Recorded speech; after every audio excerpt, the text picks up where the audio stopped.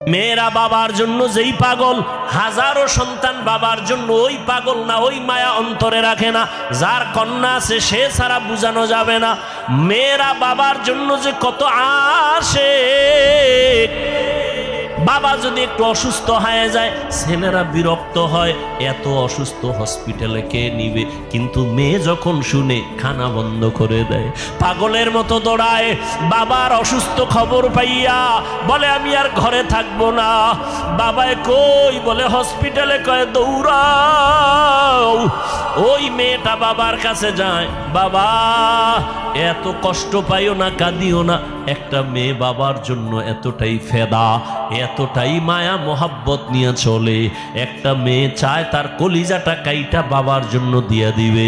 ওই মেয়ে পাইয়া যারা খুশি না, তোমাদের কপাল বড় খারাপ। নবী বলেন একটা কন্যা পাইছো, একটা জান্নাতের মালিক হয়ে গেছো। দুইটা কন্যা পেয়েছো, দুইটা জান্নাতের মালিক হয়ে গেছো।